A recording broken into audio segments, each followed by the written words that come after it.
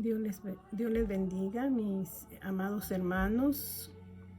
Reciban una bendición de lo alto de nuestro Padre Celestial, del Rey de Gloria, que siempre se quiere manifestar a nosotros, a nuestras vidas. Y este día, que estamos ya en el 2022, iniciando un segundo mes del año, viendo las expectativas cada día de un acercamiento a nuestro Señor Jesucristo. Y hoy estamos en el primer domingo de este mes, dándole gracias y gloria a Dios, porque Él es bueno todo el tiempo y que tome lugar en nuestras vidas cada día que transcurra. Cada principio de mes participamos de la Cena del Señor, y usted sabe que la Cena del Señor es para recordar su muerte. ¿Cuál fue la causa de su venida a la tierra, la causa de caminar en esta tierra? Morir por nosotros y darnos una promesa de que todo aquel que se acerque a Él, que le crea que Él es Dios, Él vendrá un día por esa amada iglesia, vendrá, dice, en las nubes y levantará a los vivos y a los muertos. O sea que hay una promesa a través de su muerte. Entonces Él dice que conmemoremos por medio de la Cena del Señor su muerte hasta que Él venga. Él quiere que recordemos el hecho de por qué Él vino a morir en la cruz, el por qué Él vino a entregar su vida en esa cruz. Y si usted ya participó en su congregación de este evento tan especial y quiere volverlo a hacer, lo puede hacer, porque es para recordar. Es en la única parte que nos dice que conmemoremos su muerte hasta que Él venga. Así que prepare sus elementos, su pan y su vino, para que en esta tarde podamos ser partícipes de este evento tan grande. Y la palabra no se sale del contexto, y vamos a hablar algo acerca del retorno de Cristo, pero el sacrificio de Cristo en esta cruz, ¿a qué nos conduce a nosotros? ¿Cómo nosotros nos estamos preparando para su regreso? Así que abra sus oídos espirituales, su corazón espiritual, y pueda usted de una manera sobrenatural percibir lo que Dios nos quiere hablar en esta tarde. Cierre sus ojos para ponernos en las manos de Dios y sea Él el que dirija todo lo que hablemos, todo lo que Él nos quiera dar, que sea Él con nosotros. Amén. Así que vamos a cerrar nuestros ojos. Querido Padre Dios, te damos gracias porque nos permites un día más poder conmemorar la muerte de tu Hijo, ese sacrificio divino que trajo salvación a este mundo para aquel que en Él crea, no se pierda, mas tenga vida eterna.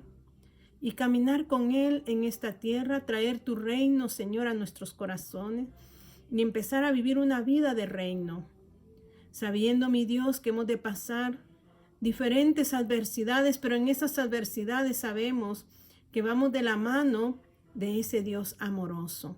Padre, toma lugar en mis labios, en las palabras que he de hablar, en mi corazón, Señor, que sea purificado por ese carbón encendido, Señor, sacado de ese altar, Padre Celestial, del sacrificio, y traído, Señor, de los cielos para purificar nuestros corazones.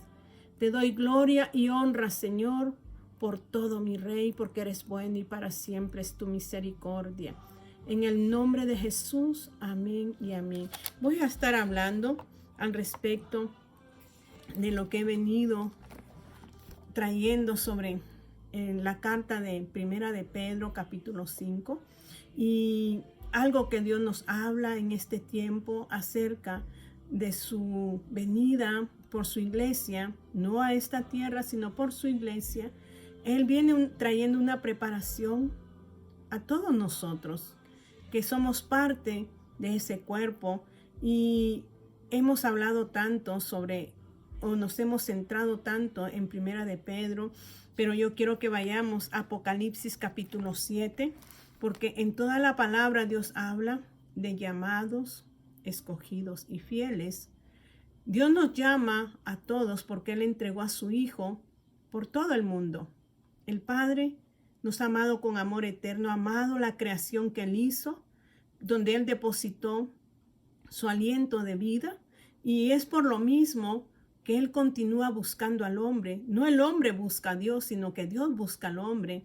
Y aún en medio de esa situación que Dios nos busca, nosotros todavía muchas veces nos exaltamos ante un Dios tan grande, ante un Dios tan lleno de amor, tan lleno de misericordia, que nos anda persiguiendo, y a veces nosotros no queremos que nos persiga, queremos hacer de nuestra vida como nosotros queremos.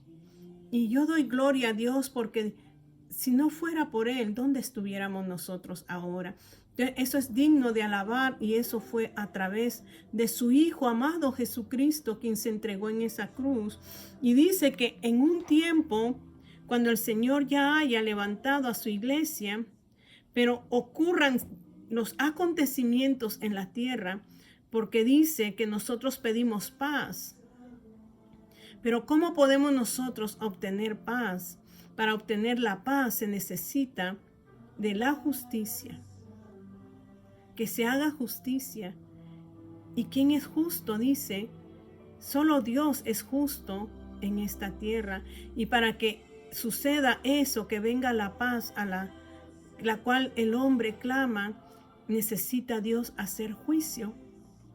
Pero antes de hacer juicio, mi Señor, Él tiene que levantar a su cuerpo, a su amada iglesia, para iniciar el juicio sobre la tierra, para posteriormente pueda venir esa paz, ya habiendo hecho la justicia divina.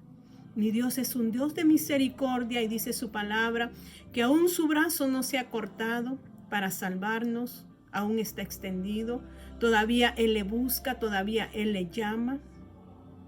Y dice que su oído no se ha agravado para que nosotros, para escucharnos, pero dice la siguiente porción, pero nuestras iniquidades y nuestros pecados han hecho que Él esconda el rostro de nosotros y que haya una división entre Él y nosotros.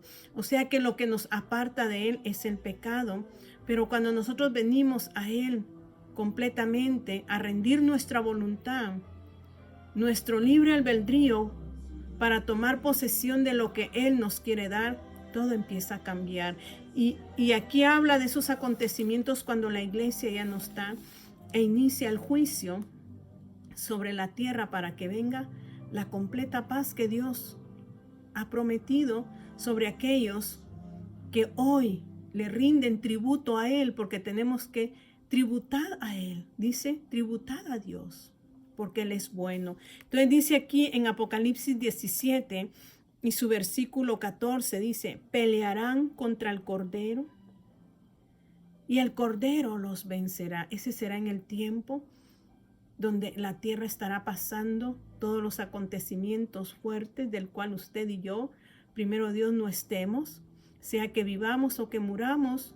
Dice la palabra, somos del Señor, y si Él viene y si no estamos vivos, seremos levantados juntamente con los vivos. Ya, dice que los muertos en Cristo resucitarán primero, y luego los que hayan quedado, ellos que dice serán levantados juntamente con Él para formar parte de esa bendición de Dios. Entonces aquí habla que todo este mal que va a acontecer en la tierra, dice, pelearán contra el Cordero. Ustedes saben que el Cordero es el que dio su vida en sacrificio vivo, que se presentó en ese altar por usted y por mí. Y dice, y el Cordero los vencerá. Cristo Jesús los va a vencer todas estas huestes. Y dice, porque Él es el Señor de señores y Rey de reyes. No hay otro Señor de señores, ni hay otro Rey de reyes que Cristo Jesús. Y Él es el que peleará contra la maldad. Él peleará contra la violencia. Él peleará contra todos aquellos que se han levantado en contra de la justicia. Y dice, y los que están con Él son, o sea que no solamente va a estar Él en ese momento peleando contra toda esta adversidad, sino que dice, y los que están con él. ¿Quiénes están con él? Dice, son llamados y escogidos y fieles. Pone una I intermedio, donde dice, no solamente a los que llamó, sino que también escogió, y también que dice, permanecieron fiel. Dice la palabra de Dios en San Juan 14, yo soy el camino. No dice seguido el camino, la verdad y la vida, dice, yo soy el camino y la verdad y la vida. Hay un y que hace pausa en esas siguientes palabras. Dice, yo soy el camino y la verdad y la vida, y nadie llega al Padre si no es por mí. O sea que nosotros solo podemos llegar al Padre por medio de Jesucristo, el cual peleará contra la adversidad en un tiempo estipulado, pero con Él están los llamados, los escogidos y los fieles. Lo dice Apocalipsis, el libro de la gran revelación, la revelación del apóstol Juan. Y entre ellos podemos hoy desarrollar el tema donde dice que nuestro Dios nos ha amado a todo el mundo amó, y por lo tanto entregó a su Hijo unigénito. Él llama a todo el mundo, pero les digo que nadie busca a Dios, sino que Él le busca, Él le llama. Y entre esos que escuchan el llamado de Dios, Él los escoge. O sea que no solamente los ha llamado y ellos han atendido a la voz de Dios, sino que ahora los escoge para una labor especial en esta tierra, traer su reino a esta tierra. Pero cuando los llama el Señor, necesita una preparación en nuestras vidas. Nos llama, nosotros atendemos a su voz, somos esa tierra que da al 60, somos esa tierra que da al 30, somos esa tierra que da al 100.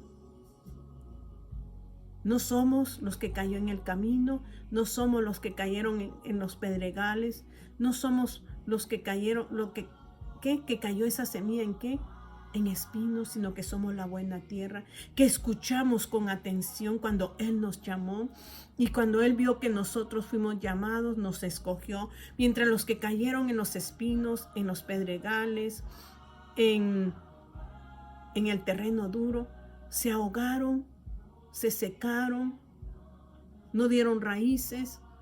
A ellos también los llamó, pero ellos no quisieron crecer en Él, no quisieron atender a su voz, sino que lo desecharon. Entonces a estos que sí escucharon su voz, Dios los escoge. Y entre esos escogidos, mi Señor empieza a hacer un tratamiento en sus vidas, empieza a trabajar sus corazones, porque Dios vino a trabajar el corazón. Está interesado en que usted sea sano físicamente, sí está interesado. Está interesado en que usted sea próspero, porque sí está interesado en que usted sea próspero en relación a lo material. Él está interesado que usted goce de la bendición de Dios, pero ante todo, lo primordial es, Él quiere que usted sea sanado en su corazón, que usted sea próspero en su corazón, que usted sea libre de toda atadura. Entonces nuestro Dios inicia un proceso con esos llamados que escucharon la voz, que recibieron la buena semilla y empezaron a dar frutos. Y es lo que nos habla el apóstol Pedro ahora, aquí en su primera carta, en su versículo 5 y en su capítulo 5 y su versículo 10, dice el apóstol Pedro, mas el Dios de toda gracia, que nos llamó a su gloria eterna, o sea, más el Dios de toda gracia. El atributo de mi Padre Celestial es su gracia. Es su favor, el favor inmerecido que nos dio, que fue nuestra salvación. No porque usted y yo lo merecíamos, sino porque Él es un Dios de favor, un Dios de amor y un Dios de misericordia. Nadie tuvo que hacer mayor cosa para recibir la gracia, el favor inmerecido, recibir el perdón, porque Quien pagó el sacrificio fue Cristo, su Hijo amado, el único, el unigénito Hijo de Dios pagó el precio. No lo pagó usted, no lo pagué yo. Entonces fue la gracia de Él que vino a brindarnos salvación a nosotros. No porque usted es bueno, porque cuando nosotros decimos que somos buenos, entonces nosotros lo hacemos mentiroso a Él. Porque bueno, ninguno en nuestra naturaleza caída, nadie es bueno. Nadie. Usted puede decir, yo ayudo a la gente, yo no he hecho, yo no he matado, yo no he robado, yo no he adulterado, yo no he sido un narcotraficante, yo no he traficado con niños ni con nada de eso. Usted puede decir eso y sentirse usted muy bueno, pero dice que nosotros no nos evaluamos y no nos examinamos muy profundamente en nuestro corazón, porque si nos examinásemos por medio de su palabra, por el espejo de su palabra, entenderíamos que al final del día el homicida, el secuestrador, el asesino, el adúltero, no quiere decir que ante nuestros corazones Él sea peor, porque Dios dice que la obediencia es mejor que los muchos sacrificios. Y usted lo ha leído cuando Dios dijo de que hay cosas que nosotros pensamos que no son ídolos y son ídolos que no son hechicerías y es hechicería. Entonces, al evaluarnos nosotros en la palabra, nosotros venimos a entender de que bueno solo es Dios, porque Él fue el que se entregó por nosotros en esa cruz. Y al entregarse en esa cruz nos vino a dar vida y vida abundante. Entonces dice, más el Dios de toda gracia que nos llamó, o sea, a los llamados. ¿A dónde nos llamó? Esos llamados que dice Apocalipsis, dice, nos llamó a su gloria eterna. ¿Por qué nos llamó a su gloria eterna?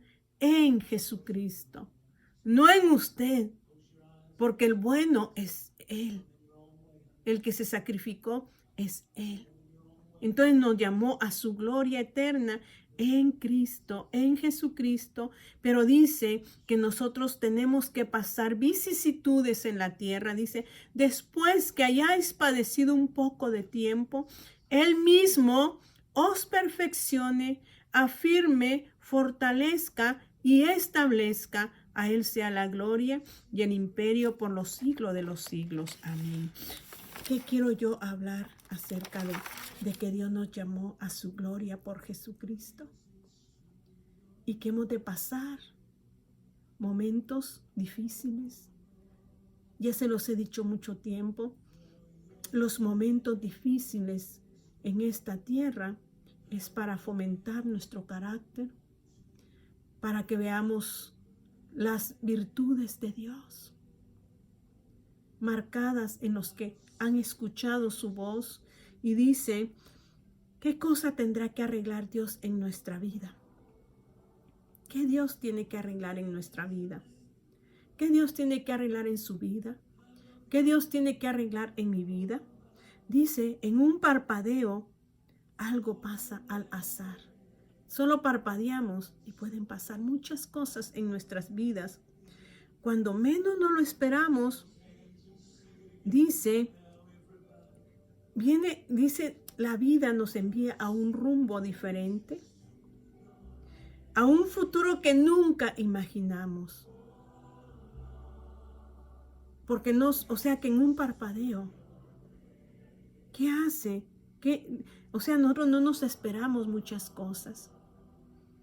¿Cuántos murieron en esta pandemia? No lo esperaban. ¿Cuántos se enfermaron? No lo esperaban. ¿Cuántos han pasado en un segundo accidentes? No lo esperaban. ¿Cuántos hemos visto suceder cosas y no lo esperábamos? Entonces, en un parpadeo algo puede pasar cuando menos nos lo esperamos. Dice, cuando nosotros vamos hacia nuestro rumbo,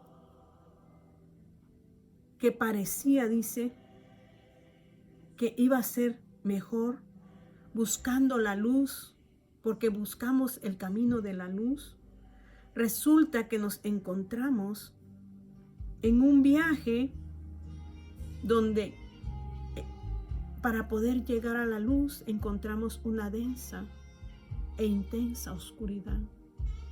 Muchas veces, buscando la luz, encontramos una densa oscuridad. Encontramos esas vicisitudes, esos problemas en nuestro camino que no nos lo esperábamos. Cambia todo en un abrir y cerrar de ojos. Cambia nuestros planes en un abrir y cerrar de ojos. Por eso hoy Dios nos está llamando a estar a cuentas con Él. Pero dice la palabra de Dios, donde estamos leyendo aquí en Primera de Pedro capítulo 5 y su versículo 10, mas el Dios de toda gracia que nos llamó a su gloria eterna por Jesucristo, Él dice, después de que hayáis padecido un poco de tiempo, o sea que los llamados van a padecer un poco de tiempo, para luego ser, ¿qué dice? Él, para que a su tiempo Él nos perfeccione, nos afirme, nos fortalezca y nos establezca. Estaba yo estudiando esto y para nosotros poder recibir el llamado de Dios y ser escogidos, pero llegar a ser fieles, necesitamos entregar por completo nuestra voluntad a Dios, entregar nuestro libre albedrío. Dice, el llamado reconoce o comprende que al entregarle su voluntad a Dios, dice, su libre albedrío está produciendo una manifestación de confianza a Dios. Cuando el llamado, porque si usted escuchó la voz de Dios y está dando frutos, usted ha sido escogido. ¿Y por qué ha sido escogido? Porque usted entendió y comprendió que el entregarle su voluntad a Dios, entregarle su libre albedrío, iba a producir una manifestación de confianza de usted a Dios. O sea que es al nivel que Dios quiere llevarnos, a que nosotros confiemos plenamente en Él. Luego dice, y esto es a través de reconocerlo como un Padre amoroso que quiere caminar de la mano con nosotros, guiarnos, protegernos y llevarnos a la plenitud del gozo eterno. Por eso dijo Jesús, este vino ya no lo beberé más, sino que lo beberé nuevo cuando regrese. Ya no beberé más este vino, porque ese Padre amoroso hoy nos está llevando, nos está guiando, dice, nos ha tomado de su mano y nos está llevando por el camino para guiarnos, para que no nos perdamos. Guiar es ¿qué? Dirección. En esa dirección, a pesar de todo lo que pasemos en ese camino, Él nos va a proteger. Y aparte de que nos va a proteger, nos va a llegar a la plenitud del gozo eterno, donde ya no habrá llanto, ya no habrá sufrimiento, ya no habrá dolor, ya no habrá tristeza, ya no habrá enfermedad, ya no habrá muerte, sino que ahí estará la plenitud del gozo. Dice el Señor, no os embriaguéis con vino, sino sed llenos del Espíritu de Dios. ¿Qué quiere decir? Que solo el Espíritu Santo puede producir en nosotros un gozo permanente. Es parte del fruto de Él. El gozo es parte de su fruto. Un fruto permanente en nosotros, que a pesar de todo lo que pasemos, nosotros vamos a aprender a gozarnos en el futuro que tendremos. Pero en ese tiempo ahí será eterno. Entonces dice, el hacer la voluntad de Dios nos hace libre y no hacer la voluntad de Dios nos hace esclavos. ¿Y qué es hacer la voluntad de Dios?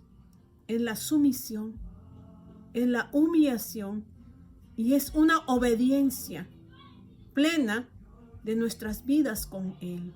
Hacer la voluntad de Dios es que dice, hacer la voluntad de Dios nos hace libre y no hacerla nos esclaviza. Ese es un atributo de Dios, de su gracia maravillosa, incomprensible para el incrédulo, pero tan bella y tan deseable para los hijos de Dios. El hacer la voluntad de Dios se convierte en nosotros una delicia y una belleza maravillosa. Para el incrédulo se hace, ¿qué dice? Incomprensible. Cuando nosotros entramos a ese nivel de su reino, ya no se nos es gravoso hacer su voluntad, porque empezamos a recibir la dirección de Él, porque sabemos que cuando nosotros le hemos dado nuestro albedrío, nuestra confianza está en que Él nos llevará a ese gozo eterno. Y cada día nosotros queremos hacer su santa y bendita voluntad y le decimos, heme aquí, estoy dispuesto, Señor. No importa todo lo que tenga que pasar, estoy dispuesto a hacer tu perfecta voluntad, sabiendo que es agradable, buena y que me lleva a un futuro mejor. Dice, es que tan bella y tan deseable para sus hijos. Y es donarnos libremente a Él. Pero ¿quién se donó primero en la cruz del Calvario? ¿Quién donó su vida? Eso es donar. Eso es entregar la vida a Dios. Porque Cristo no hizo a media las cosas. Cristo no dijo, oh, voy a ir allá a la tierra, pero ahí nomás me voy a quedar. No. Cristo vino y fue a la cruz. Y allí dio todo. Todo lo que podía dar, su vida misma, derramando hasta la última gota de sangre, porque aún muerto dice que le traspasaron la lanza en su costado y Él derramó agua y sangre. El agua es la vida, al igual que la sangre es vida para usted. Pero la sangre, no lo único, sino que lo que la sangre hace es remisión de nuestros pecados. Es un pago por nuestra vida, trayendo vida a usted y a mí, porque dice que en la sangre está la vida del ser humano. Y Cristo derramó la última gota por usted y por mí para hacernos libres, libertad a través de su palabra, libertad a través de su Santo Espíritu, quien utiliza esa sangre para darnos vida a nosotros cada día, limpiando nuestros pecados, nuestras afecciones ante Dios, porque nosotros le fallamos a Él. Pero el Espíritu Santo que intercede por nosotros, al igual que Cristo, Él viene haciendo una limpieza, viene haciendo una reparación en nuestras vidas. ¿Y cómo la hace? Por eso dice, después que hayáis padecido un poco de tiempo, Él mismo os perfeccione. ¿Y cómo nos va a perfeccionar Dios? ¿De qué nos va a perfeccionar? De nuestra vieja naturaleza. Él tiene que venir y restaurar la vieja naturaleza en la cual esa naturaleza destruyó muchas áreas de nuestra vida, destruyó muchas cosas en nuestro corazón. ¿Y cómo va a decir usted? Dice, restaurar es reparar algo que está deteriorado por el uso. O sea que por el uso se ha deteriorado y el Señor tiene que perfeccionar eso que está destruido en nosotros. Él tiene que restaurar eso que está destruido. Y es como arreglar, dice, los desperfectos en una obra de arte. O sea que todos los desperfectos que hay en mi corazón, mi Señor viene y los repara y los hace una obra de arte. Cuando yo estoy estudiando esto, mi corazón se goza y se alegra de la labor que el Espíritu Santo tiene con cada uno de nosotros, la dedicación que el Santo Espíritu está haciendo en usted y en mí. Dice, ¿qué hará Dios con los llamados?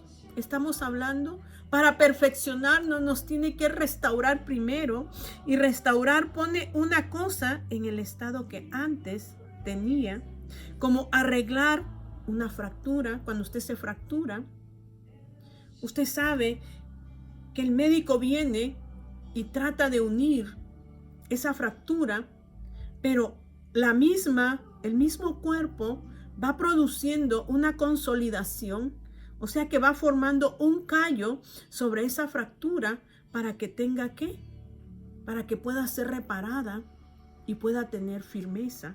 Y dice, restaurar es poner una cosa en el estado que antes tenía, como arreglar una fractura, como remendar una red, como arreglar algo que está roto. ¿Y cómo arregla Dios esto? Mire, eso es incomprensible para nosotros. ¿Cómo repara, cómo restaura Dios para llevarnos a la perfección? Dice que pasamos sufrimientos, que es lo que dice aquí el apóstol Pedro. Después que hayáis padecido un poco de tiempo, Él mismo os perfeccione. O sea que tenemos que pasar por el proceso del sufrimiento. ¿A quién le gusta el sufrimiento? A nadie. Ni a usted ni a mí me gusta el sufrimiento. Pero para poder nosotros ser reparados, necesitamos de pasar por el procedimiento del sufrimiento. Si se acepta, dice, el sufrimiento con humildad, confianza y amor, entonces van a ser reparadas nuestras debilidades en nuestro carácter. ¿Cómo debe de aceptar usted el sufrimiento? Quejándose, diciéndole, Señor, pero si yo soy bueno. Señor, pero si yo no he hecho nada malo, porque estoy pasando estos padecimientos. No. Ahí es donde Dios empieza la restauración. Cuando usted acepta esa aflicción, ese sufrimiento, ¿con qué dice? Con humildad. ¿Con qué? Con confianza y con amor. Entonces Él puede reparar las debilidades del carácter de una persona. El sufrimiento está diseñado por Dios para añadir las notas de gracia a la vida. Fíjese, eso es algo también precioso. El sufrimiento es para que Dios añada las notas de gracia a nuestra vida. Ya no nos quejemos porque Israel fue un pueblo quejoso, sino que seamos agradecidos a Dios en medio del proceso. Pidámosle a Dios sabiduría, como dice Santiago. El que esté falto de sabiduría o de conocimiento, pídala al Padre, y Él la dará en abundancia y sin reproche, para que pueda pasar el proceso en el cual está en este momento. Esa es la manera que Dios viene reparando, restaurando nuestras vidas, haciendo una reparación en nuestro corazón, en aquellas cosas que en un tiempo nos afectaron, debido a qué, a nuestra manera que vivimos. Todo eso tiene que ser reparado por parte de Dios. Y dice, entonces, ¿qué hará Dios con los llamados? Después de que Él está iniciando esta restauración en nosotros a través del sufrimiento, ahí nos está perfeccionando. Entonces viene la firmeza. Nos afirmará. Nos afirma por medio del fortalecimiento. Nos afirma en la consolidación, que yo lo que le decía, que esa fractura que usted tuvo en una de las áreas de su cuerpo, el médico la coloca en su lugar, pero el mismo cuerpo reacciona y produce una consolidación, que es ese callo que va a fortalecer ese hueso para que pueda otra vez funcionar, ser funcionable. Entonces dice, nos afirmará, nos afirma por medio del fortalecimiento. Afirmará significa consolidar. colocar un objeto en su lugar y asegurar bien la colocación de este objeto.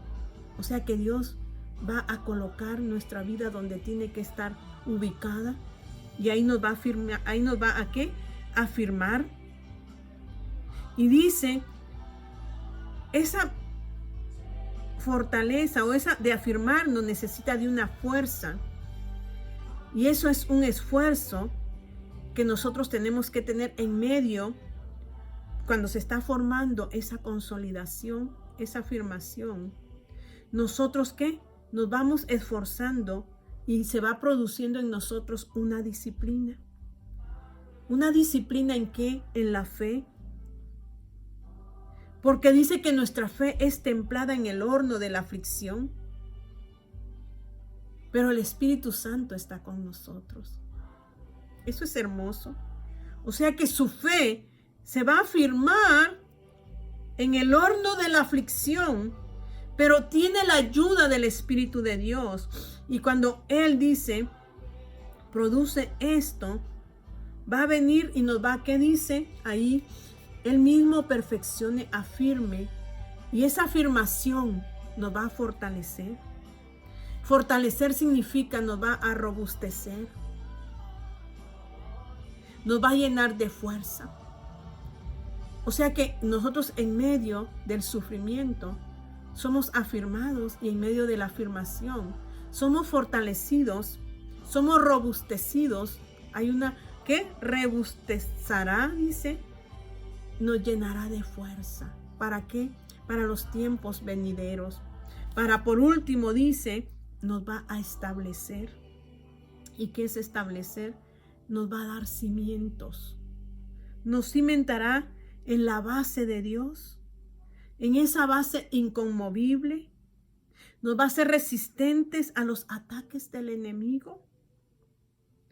O sea que el llamado, el escogido, necesita ser fiel en el momento del proceso. Y para ser fiel, Dios viene trabajando en esto, en el sufrimiento. ¿Para qué? Para fortalecer su vida en la base de Cristo, no en la base de nadie, sino en el cimiento de Cristo. O sea que Cristo es la fortaleza, Cristo es el poder de Él, porque Él es inamovible, inconmovible. Y entonces en eso, inconmovible, nosotros vamos a poder resistir los ataques del enemigo. No que Dios vaya a quitar los ataques del enemigo. Ya, porque le dice, Pedro, no he rogado para que ¿qué? Para que sea quitado lo que vas a pasar. Lo digo con mis palabras. Sino que he rogado al Padre para que ¿qué? Para que lo fortalezca. Nosotros en todo tiempo estamos en una guerra con el enemigo, y lo estamos haciendo de forma incorrecta, porque los ataques del enemigo siempre van a estar presentes. Pero cuando Dios produzca esto de la perfección en nosotros a través de restaurar nuestra naturaleza caída en una naturaleza nueva, en esa naturaleza nueva donde vamos a pasar momentos difíciles, pero Él ahí va a afirmar mi carácter. Y el enemigo va a atacarme, pero mi base firme es Cristo, la roca inamovible. Y de ahí no me va a mover el enemigo. Por eso dice, someteos a Dios. Bajo el sometimiento nos da la resistencia al enemigo. No que estemos peleando a cada momento, sino que nos da la resistencia a los ataques del enemigo. Y en esa resistencia que Cristo nos ha dado basados en nuestro establecimiento en Él, el enemigo va a huir. Dice la promesa, no es librar de la persecución y de los padecimientos. O sea, la promesa de Dios no es que nos va a librar de las persecuciones y de los padecimientos, sino que nos va a dar poder y victoria al vencer nosotros cada circunstancia. Nos va a dar poder y victoria al vencer cada circunstancia. ¿Qué está pasando usted en este momento? Los padecimientos los va a tener. Las persecuciones las va a tener. Pero esto que habla el apóstol Pedro os perfeccionará al restaurarnos, al afirmarnos, al fortalecernos y al establecernos. Nos va a dar ese poder de victoria, de poder resistir esos ataques. ¿Qué es una resistencia?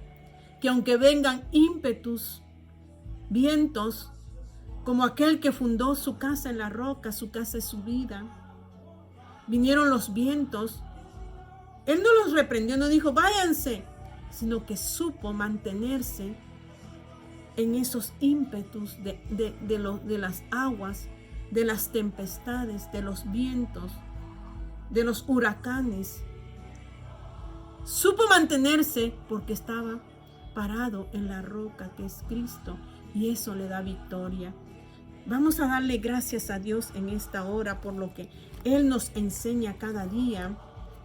Y vamos a abrir nuestra Biblia allí en 1 Corintios capítulo 11, que es donde Dios nos habla que el Hijo de Dios, el llamado, aquel que aceptó a Cristo, en ese proceso que viene pasando el sufrimiento, que Dios nos dé la fuerza y la fortaleza y nos haga más que vencedores en Cristo Jesús. ¿Cómo vamos aprendiendo cada día de Él?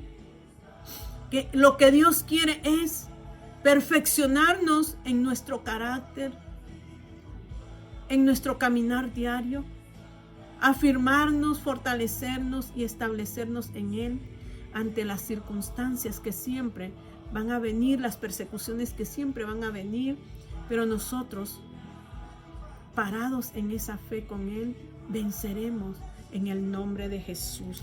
Vayamos ahí a 1 Corintios, y fue lo que Cristo vino a hacer al morir en esa cruz.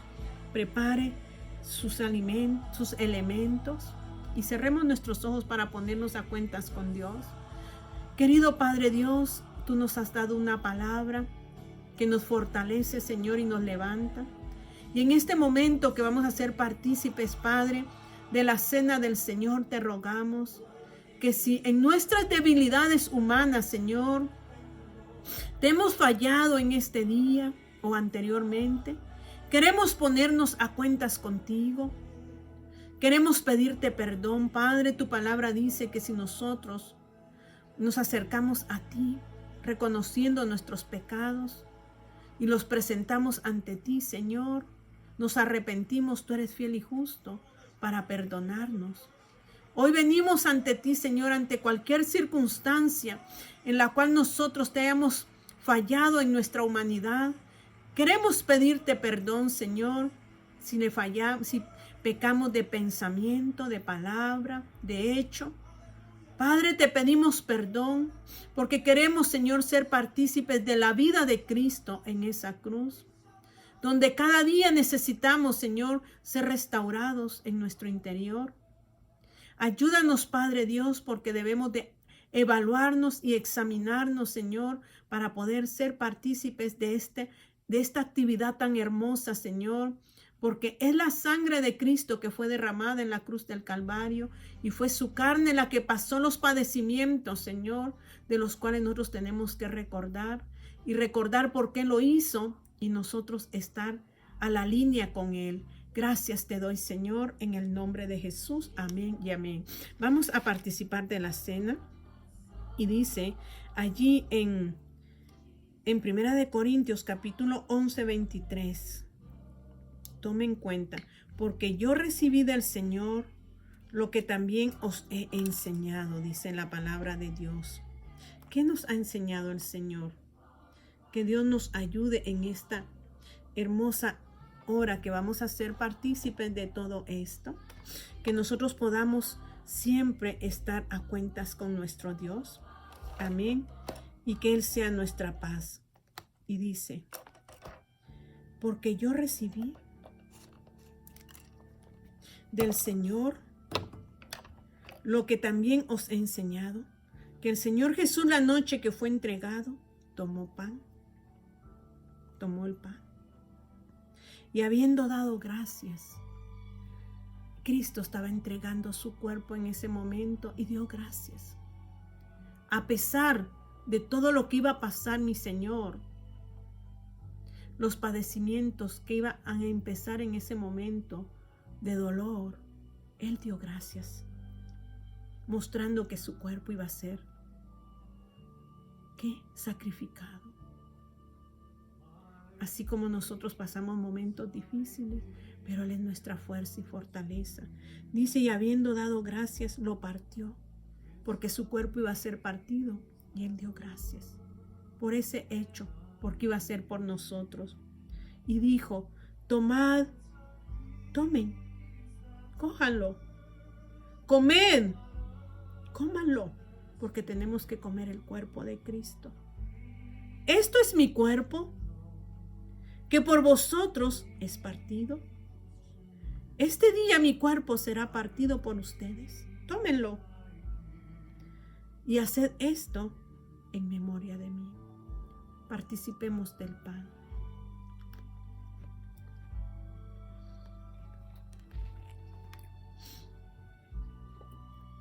Luego dijo, asimismo tomó la copa,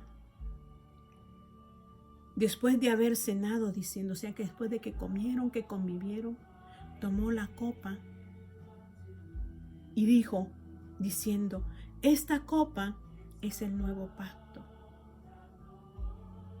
Ellos no entendían, pero estaba diciendo que su sangre iba a ser derramada en esa cruz, en ese altar de sacrificio por usted y por mí. Y dice, después de haber cenado, diciendo, esta copa es el nuevo pacto en mi sangre. Esta sangre nos redime, no esta, sino la sangre que Cristo vertió en la cruz del Calvario fue para perdón de pecados, para limpieza de nuestro corazón, para protección de nuestras vidas. Y dice, haced esto las veces que la bebieres en memoria de mí. Hagamos, participemos del nuevo pacto de Cristo, que por su sangre usted tiene vida y yo tengo vida, porque Él nos ha limpiado de nuestros pecados por medio de su sangre, usándola el precioso Espíritu, para traer vida a nuestro espíritu y restaurar nuestra conciencia, para que nuestra conciencia restaurada pueda traer comunión con Él y de esa manera podamos tener la revelación de Él. Participemos de la copa. Y dice, así pues, todas las veces que comieres este pan y bebieres esta copa, la muerte del Señor anunciáis hasta que Él venga. Cerremos nuestros ojos. Querido Padre, hemos hecho este acto divino, Señor, en el cual anunciamos, Señor, tu muerte, en el cual tenemos que limpiarnos cada día, Señor, hasta que tú vengas y mantenernos en la línea, Padre, para poder ser alzados con tu Hijo en el momento, Señor, de ese rapto. Te agradecemos, Señor, porque aún tenemos esta oportunidad y te rogamos, Señor, que nos des la sabiduría. En el nombre de Cristo Jesús. Amén y amén. Que mi Señor me los bendiga, me los guarde.